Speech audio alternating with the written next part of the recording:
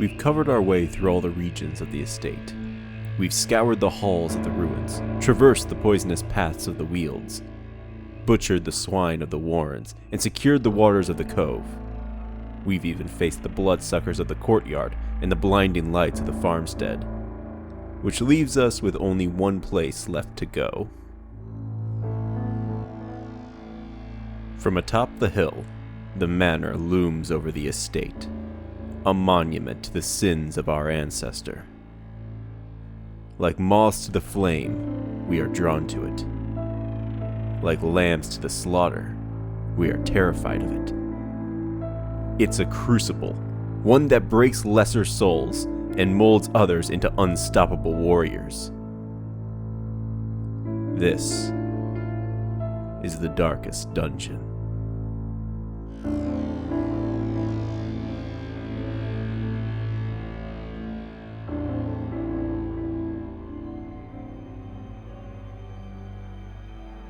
But before we enter, we need to talk about 3 important things. The first is something we've seen all around, but never felt the need to take notice before now. This symbol.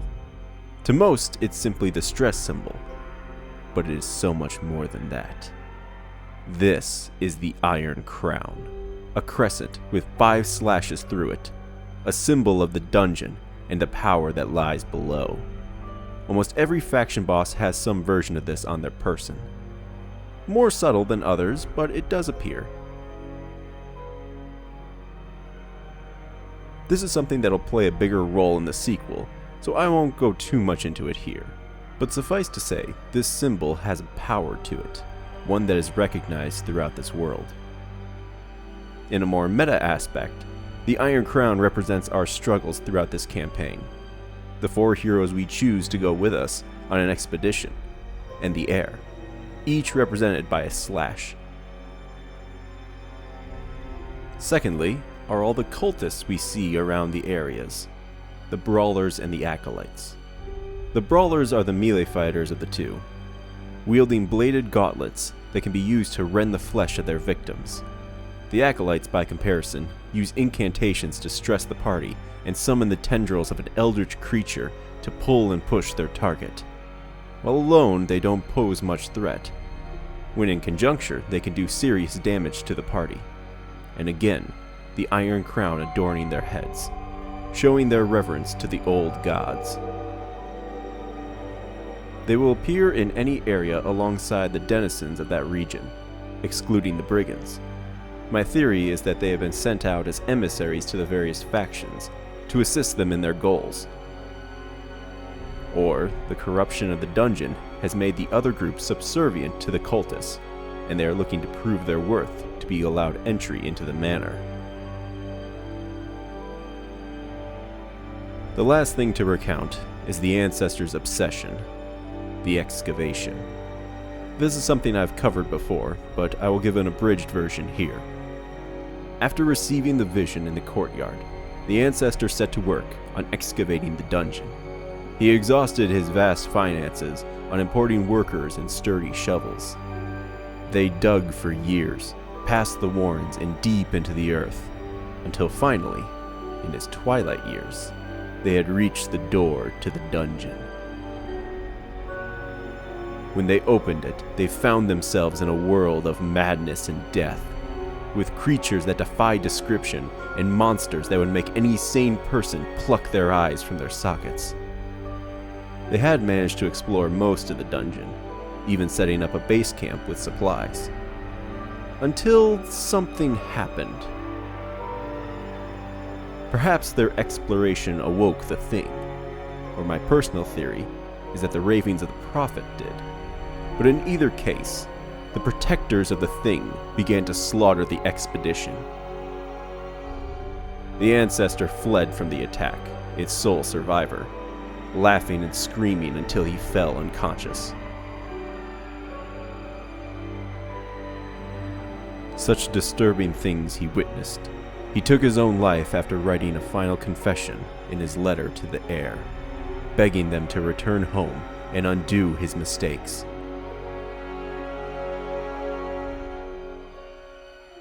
But even after all that, you want to travel inside. Well, I won't stop you. Just know that once you have started this path, there's no going back. No unseen what's inside. And like that, the story begins again.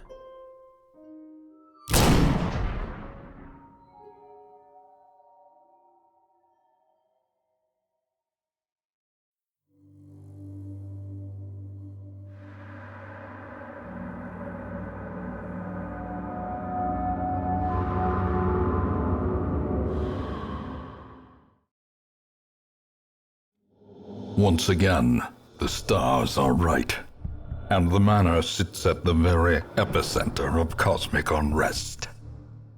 Cultists rally to their twisted idols, and great gongs sound in anticipation of the coming sacrifices. Far below, life-laden shadows pulse to the unrelenting rhythm of a beating heart. The slow, rhythmic beating of the heart fills the halls.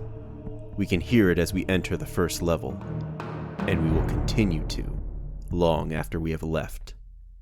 To traverse the dungeon, one must first acquire the protective relics from the Ancestor's base camp. A simple task, but beware the cultists who roam the dungeon, and the shuffling whore.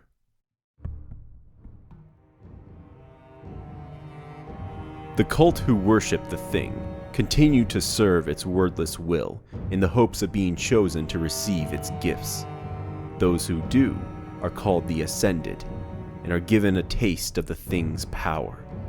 The Ascended Brawler and Witch share the same moveset as their surface counterparts, but hit much harder. While most humans who witness the thing go mad, are driven to suicide, or fall into a coma, some are actually filled with awe and become zealots to their newfound faith. The rapturous cultists lack any means of attacking and instead act as healers and meat shields for their superiors in the cult. The cult priests are among the highest-ranking members of the cult. Fanatic in their worship, they have received the blessings of their god. Their new hideous forms are hidden only by their robes, but are on full display when they attack. Lashing out with flesh and bone, they are quick to bleed or stress the party, if not dispatched efficiently. As we continue to search for the protective relics, we will finally come across the protector of this level of the dungeon, the Shuffling Whore. Although, it does look familiar, doesn't it? It seems that not even the Shambler, who lurks through the shadows of the estate, can escape the corruption. We are all born of the thing, and in the end, we all return to it. We can see the large tumors of flesh attached to its body, slowly consuming the beast and turning it into another pawn of the dungeon. If you've faced the Shambler before, then you know what you're in for. Although this version favors shuffling the party, using stress and bleed damage rather than summoning its tendrils. Dispatching the monster will complete the quest, and so too marks the beginning of the end.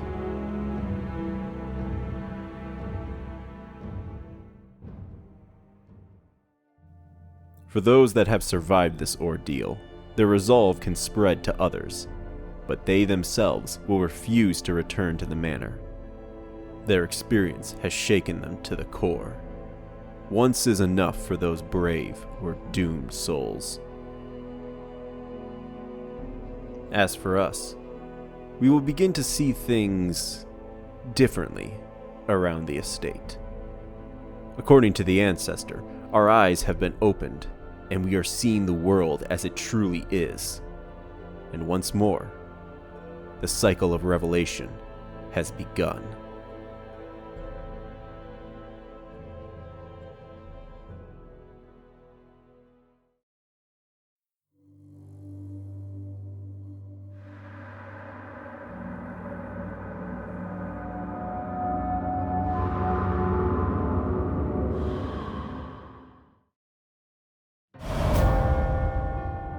Ask not for whom the bells toll.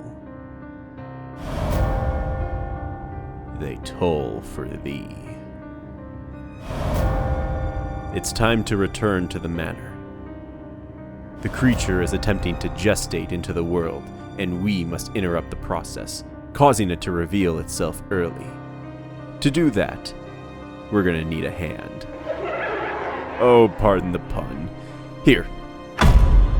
They call it the Hand of Glory. The left hand of some malefactor who died on the gallows. Afterwards, they made a candle with the man's own fat, and now we will use it to disrupt the ritual. Whose hand is it? What did he do to deserve the gallows? And why does this prevent the ritual? Why, my dear listener, I have no idea. I could draw parallels to how the Ancestor used his left hand to shoot himself, how by his right hand he brought all this madness into the world, and by his left he took himself from it. I could come up with a whole explanation, pulling from mythology, how the hand is a symbol throughout history representing strength, power, and protection. But I still don't think that'll give us a clear answer. When it comes to dealing with the unfathomable cosmic powers of this world, it's best not to dig too deep. I do think it's a fitting combination of the darkness, the light, and the flame, using the hand of a sinner to carry the flame into the darkest dungeon and subvert the ritual. Once it's placed on the altars, which, worth noting, are also called iron crowns, a cry is heard, and the creature squirms. Before we continue, remember to take your protective relics, the talismans of the flame. Although since we only have 3, someone is going to be left unprotected, so better take someone who's willing to guard them too. Delving deeper into the dungeon, the bizarre nature of this area will be on full display.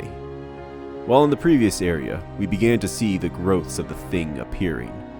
In here, we will face more, and much worse. The malignant growths can be deceptive.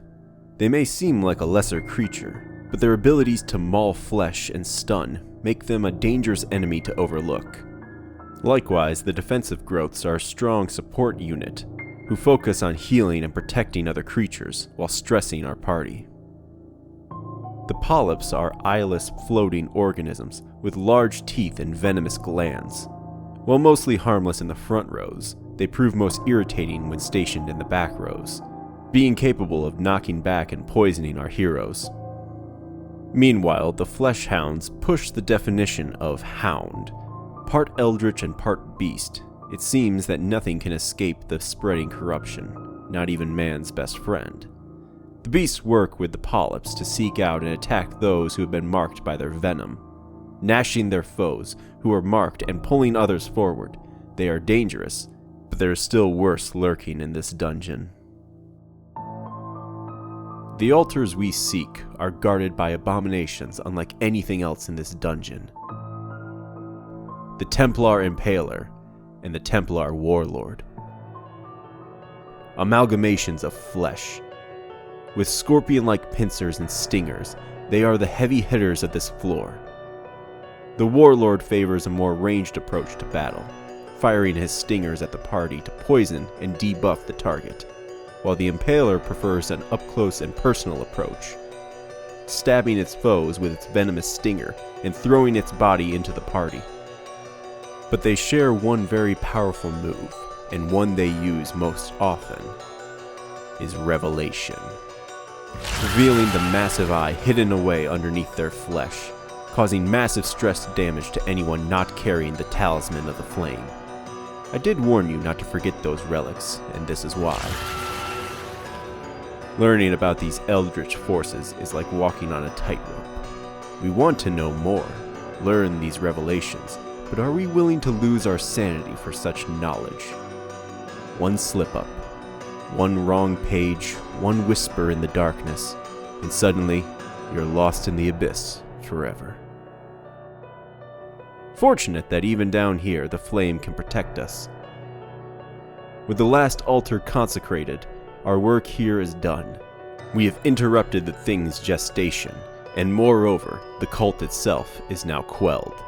We will no longer face any more priests, brawlers, or witches. But if you think it'll get easier from here, you're sorely mistaken.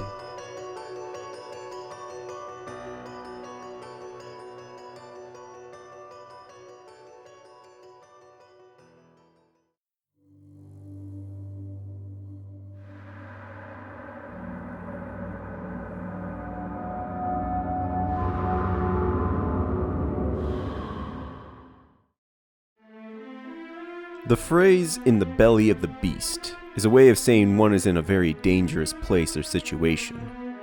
But our case might be more literal than intended. The next push into the dungeon will involve entering the creature itself. We will have to carve our way through its guts to reach the gateless gate. Consider this the gauntlet of our journey. The insides of the creature are a labyrinth designed to wear down the expedition. But we must reach the center, where the locust beacon is, and from there we will be able to face the thing. The enemies we encounter are ones we have already faced, with the exception of the Templar Sniper and Templar Gladiator, weaker versions of their Warlord and Impaler counterparts. They even lack their Revelation attack. If you have made it this far, you know what you're in store for. Instead, the real threat of this dungeon comes from the Mammoth Cysts, and more importantly, the White Cell Stalks. The Mammoth Cysts have a large amount of health, and dealing both stress and blight damage to chip away at the party. Once they reach half health, they will begin to self-heal to recover what they can. While this is a hindrance, it's really the second piece of this fight that makes them so difficult. The White Cell Stalks seem like nothing more than a support unit, looking to buff the mammoth while shuffling the ranks of our team. But it's one ability in particular that makes them so dangerous. After a few turns, they will teleport the party to another area of the dungeon, ending the fight and forcing the expedition to continue searching for a route to the Locust Beacon. And if you thought you could just kill the stalk and bring the mammoth down slowly, it will continue to summon more stalks after they are killed off. Now you see why this dungeon is so troublesome. Progress is measured, then reset, and measured again. The exhaustion of battling can wear the party down. The slow death, as they say. The only respite in this scenario is that the mammoth's health does not reset after being teleported. Otherwise, the task would be nigh impossible. After navigating the labyrinth and killing the mammoth that guards the Locust Beacon, we have finally done it. The heart of the world lays bare for sword or supplication. The heart lays bare for sword or supplication. Whatever could it mean?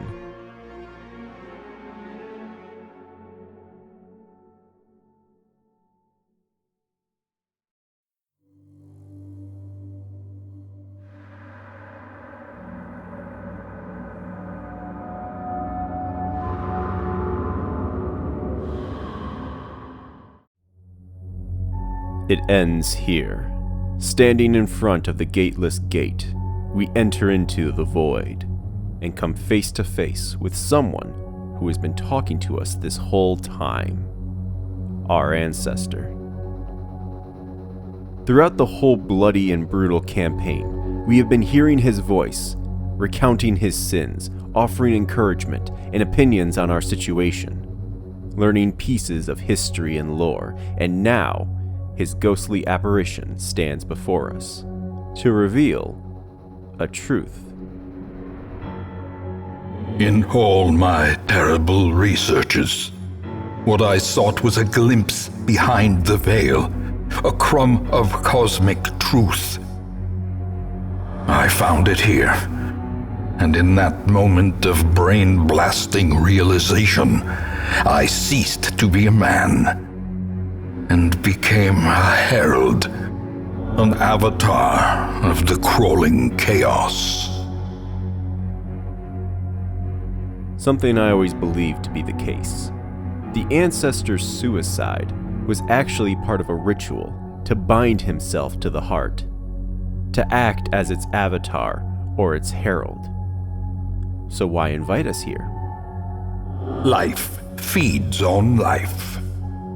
In your petty pursuit of family redemption, you consume those who rally to your cause, and in so doing, you strengthen the thing, accelerating the end. This is as it should be. It is why you are here. As he said, we consume those who flock to our cause, sacrificing them to feed the heart. accelerating the end. In some way, we aren't too different from the Ancestor in his own pursuits. Do we not consume those around us, tossing aside those who have lost their worth, mourning their deaths for a moment before another recruit joins our ranks and takes up their role? We are chained here forever, you and I, at the end of the world. Free yourself, rouse the thing, and embrace the inevitable cosmic hideousness that lives within us all. Chained here forever. I'll come back to this later. For now, let's face our ruin. You still foolishly consider yourself an entity separate from the whole. I know better. And I will show you. There he is. The herald of the end. The man whose machinations put all this in motion. And now we battle him. The Ancestor will produce 3 perfect reflections of himself. The perfect reflections will use 2 moves on our party. The first is Reunion, where they will summon the tendrils of the heart to attack. But the really damaging move is called We Are the Same. It inflicts heavy stress damage as the reflection transforms into some horrifying monster. Or maybe this is its true form. All the while, the Ancestor will heal the group. But if we should defeat one of the replicants, then the Ancestor will be forced to create another. Which is when another reflection will enter the fold. The imperfect reflection has noticeably more flesh spread across its body. This reflection uses an ability called It Chooses, which will stun and mark a hero. This synchronizes well with the Reunion move by the perfect reflections. And much like its perfect counterparts, it uses the move We Are the Same.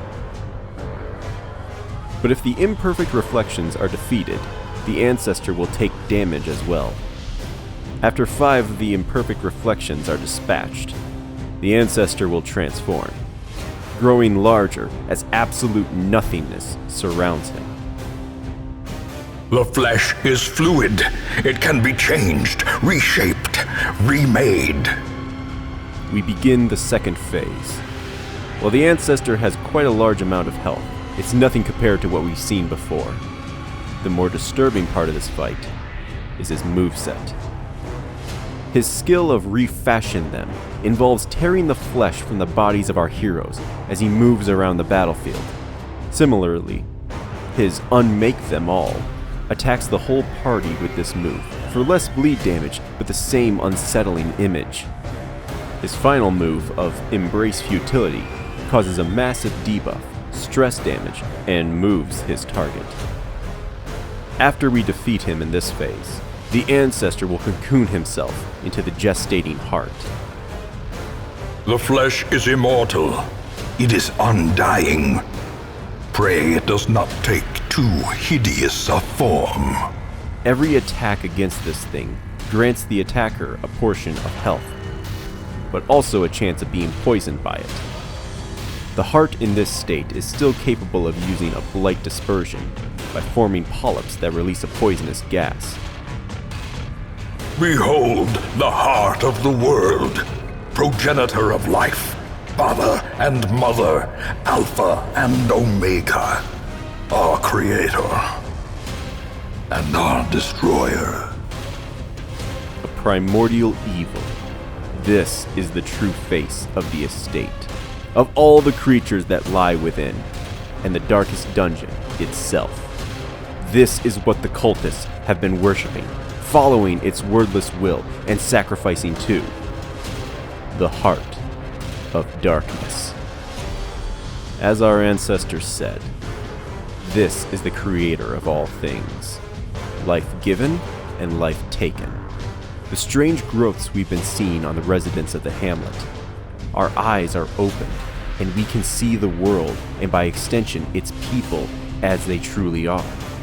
Humanity is an amalgamation of flesh, spawned from the heart, given life to mutate, reproduce, and grow.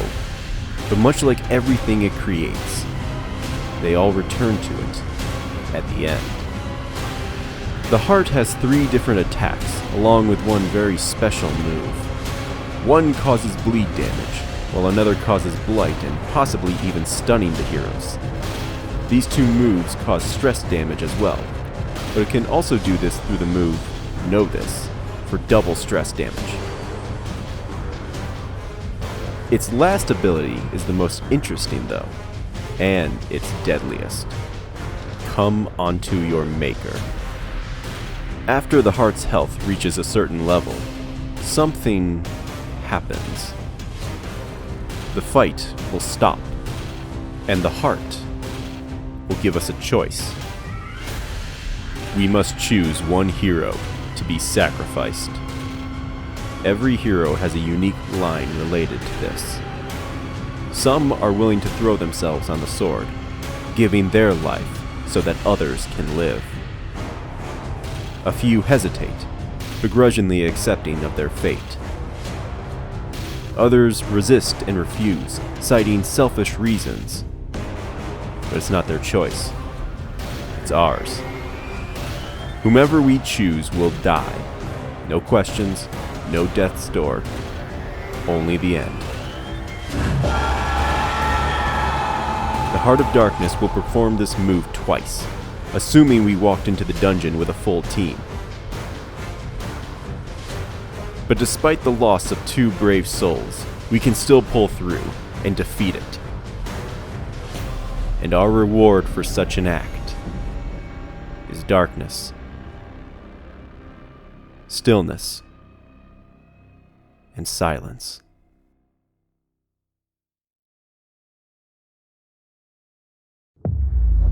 Victory. A hollow and ridiculous notion. We are born of this thing, made from it, and we will be returned to it in time. The great family of man.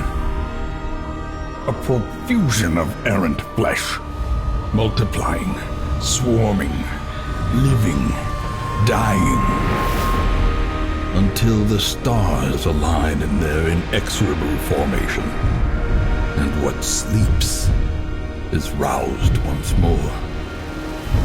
To hatch from this fragile shell of earth and rock, and bring our inescapable end.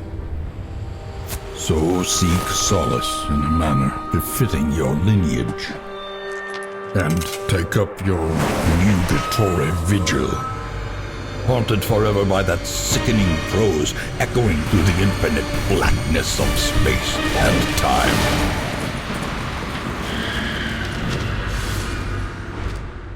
Ruin has come to our family.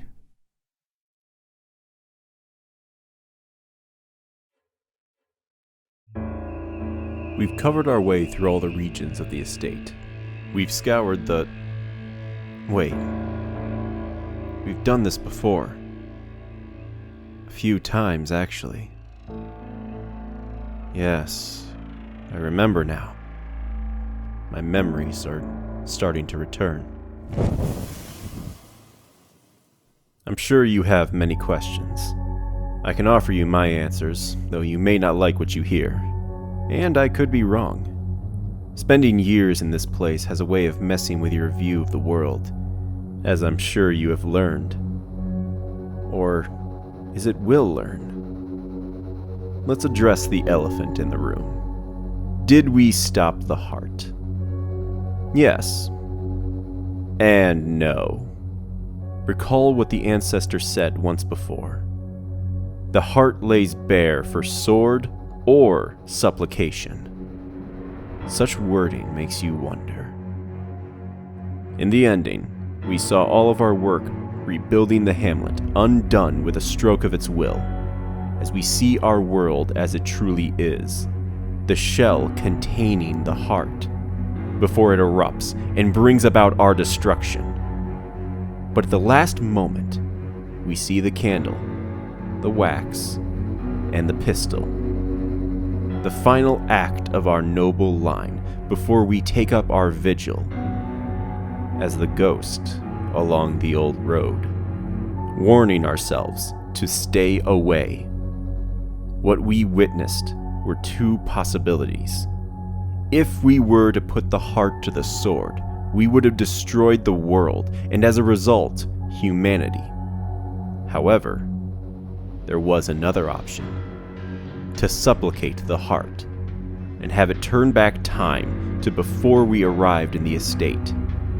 It grants us a brief reprieve before the cycle begins again, and we are forced to answer the letter. So now you know.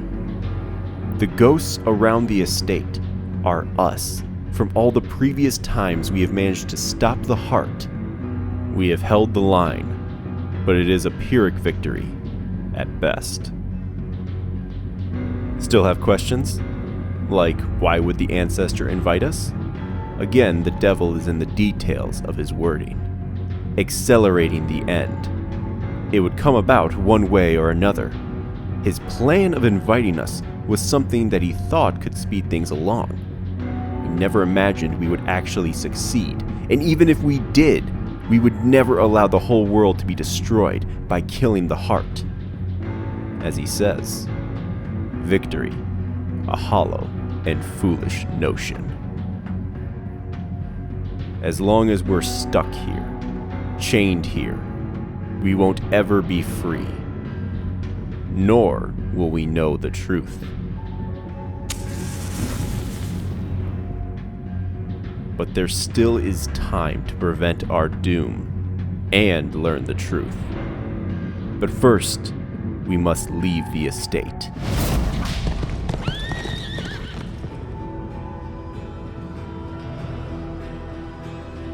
To do so will cause the world to be sent into a state of panic, madness, and terror. There will be no one left to hold the line and prevent the corruption from spreading. To prevent the apocalypse, we must start it. But if you seek to end the stalemate and escape this hell, then it is the only way. We're not pointing towards the estate, but away from it. Where we really need to go. We must travel into the world, face its horrific past, and in that abyss, we will carry a glimmer of hope. Out there, with the darkness swarming the world, heralding the end, we will find our redemption and uncover the truth of the darkest dungeon.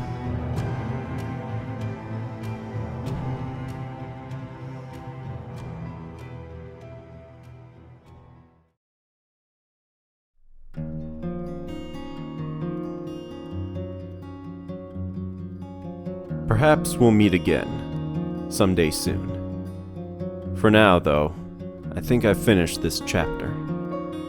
I've done all I can here.